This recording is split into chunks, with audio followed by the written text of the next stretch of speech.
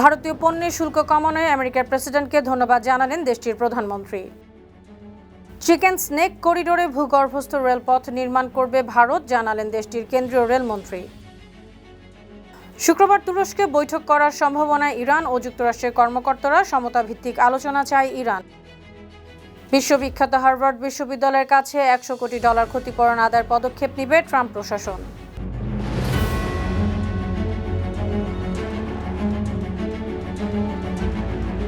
শুনছিলেন সংবাদ শিরোনাম। সবাইকে স্বাগত জানাচ্ছি বিশ্বজুড়ে প্রতিদিনে বিশ্বের বিভিন্ন প্রান্তের সবশেষ তথ্য জানাতে আপনাদের সঙ্গে আছি আমি অনন্যা চৌধুরী।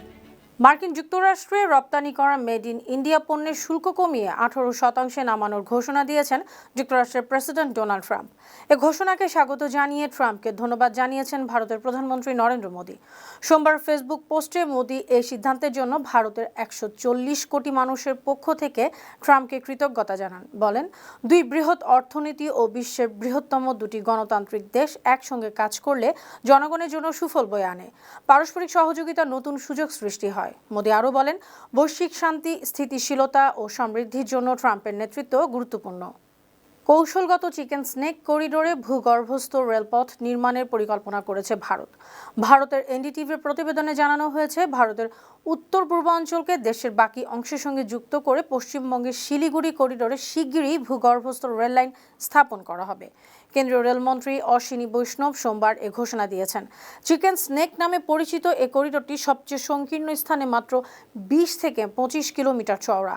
এটি ভারতের অন্যতম সবচেয়ে ঝুঁকিপূর্ণ কৌশলগত অঞ্চল। করিডোরটির এক পাশে নেপাল, ভুটান ও বাংলাদেশ এবং তারও বাইরে রয়েছে চীন। বাংলাদেশে হাসিনা সরকারের পতনের পর ভারত এই করিডোরকে তাদের বড় দুর্বলতা মনে করছে।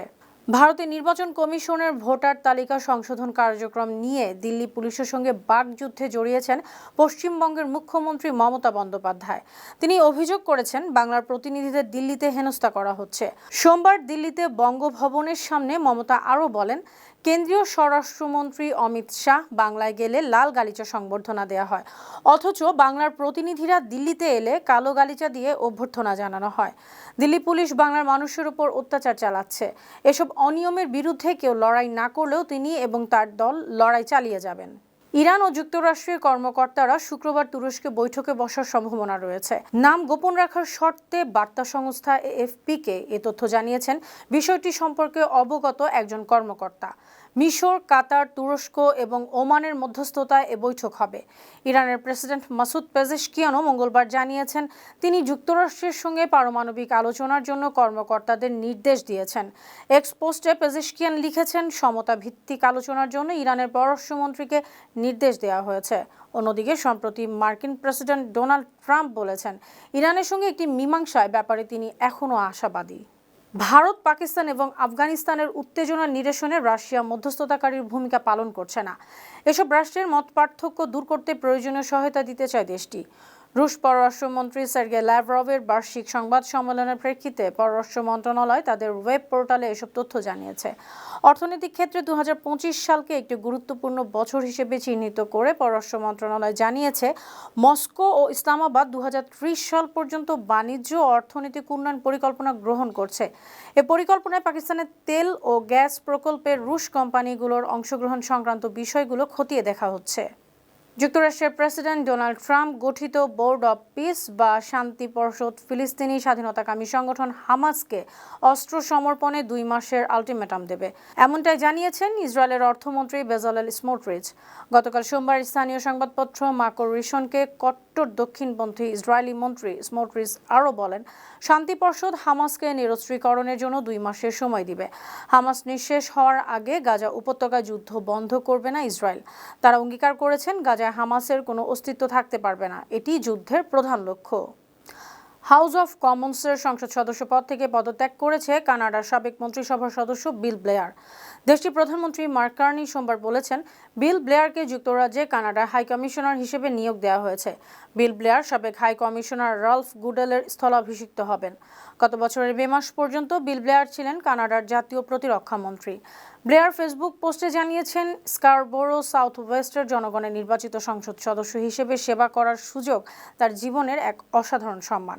যুক্তরাজ্য, গ্রেট ব্রিটেন ও নর্দার্ন আয়ারল্যান্ডে কানাডার হাই কমিশনার হিসেবে দায়িত্ব নেওয়ার জন্যই তিনি পদত্যাগ করেছেন। আমেরিকার কুখ্যাত যৌন অপরাধী অ্যাপস্টাইনের বিষয়ে মার্কিন কংগ্রেসের তদন্ত কমিটির কাছে সাক্ষ্য দিবেন দেশটির সাবেক প্রেসিডেন্ট বিল ক্লিন্টন ও তার স্ত্রী হিলারি ক্লিন্টন। মার্কিন প্রতিনিধি পরিষদ হাউস ওভারসাইটের তদন্ত কমিটি তাদের বিরুদ্ধে ফৌজদারি আদালত অবমাননার প্রস্তাব পাশের উদ্যোগ নেওয়ার পর তারা রাজি হয়েছেন। ক্লিন্টন দম্পতি আগে বলেছিলেন অ্যাপস্টাইন সম্পর্কে তাদের কাছে থাকা সব তথ্য ইতিমধ্যেই সরবরাহ করেছেন। ডোনাল্ড ট্রাম্পের নির্দেশে তাদের সাক্ষ্য নেয়া প্রতিদ্বন্দ্বীদের বিব্রত করার একটি অপকৌশল। সম্প্রতি মার্কিন বিচার বিভাগ অ্যাপস্টাইনের কয়েক লাখ নথি প্রকাশ করেছে, সেখানে প্রভাবশালীদের নাম প্রকাশ হয়েছে।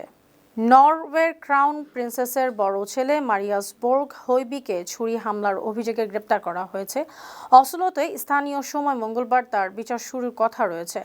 মারিয়াস বোর্গ হৈবির বিরুদ্ধে মোট ৮টি অভিযোগ রয়েছে, তার মধ্যে ৪ নারীকে ধর্ষণের অভিযোগে তার বিচার শুরু হচ্ছে। ২৯ বছর বয়সী হৈবি নরওয়ের ক্রাউন প্রিন্সেস মেটে ম্যারিটের ছেলে এবং সিংহাসনের উত্তরসূরি ক্রাউন প্রিন্স হাকনের সৎ ছেলে। পুলিশ জানিয়েছে তার বিরুদ্ধে সবশেষ অভিযোগ হলো ছুরি নিয়ে হামলা এবং আদালতের আদেশ অমান্য করা। মার্কিন প্রেসিডেন্ট ডোনাল্ড ট্রাম্প জানিয়েছেন বিশ্ববিখ্যাত হার্ভার্ড বিশ্ববিদ্যালয়ের কাছ থেকে $১০০ কোটি ক্ষতিপূরণ আদায়ের লক্ষ্যে আইনি পদক্ষেপ নেবে তার প্রশাসন। সোমবার রাতে ট্রুথ সোশ্যাল বার্তায় ট্রাম্প অত্যন্ত কড়া ভাষায় বলেন, হার্ভার্ডের মতো শিক্ষা প্রতিষ্ঠানের সঙ্গে তার প্রশাসন আর কোনো সম্পর্ক রাখতে চায় না। হার্ভার্ডের কর্মকাণ্ডকে ফৌজদারি অপরাধ হিসেবে গণ্য করা উচিত। ধারণা করা হচ্ছে উচ্চশিক্ষা প্রতিষ্ঠানগুলোকে নিয়ন্ত্রণের জন্য ট্রাম্প প্রশাসন এমন উদ্যোগ নিয়েছে। ট্রাম্প সরকারের অভিযোগ, হার্ভার্ড সহ বিভিন্ন বিশ্ববিদ্যালয়ে আমেরিকা বিরোধী মতাদর্শ প্রচারণা করা হয়। সুপ্রিয় দর্শক, এই ছিল আজকের বিশ্বজুড়ে প্রতিদিনের আয়োজনে। দেশ বিদেশে বিভিন্ন খবর নিয়ে আবার আপনাদের সামনে হাজির হব। সেই পর্যন্ত ভালো থাকুন, সুস্থ থাকুন, বাংলা টিভির সঙ্গে থাকুন। ধন্যবাদ।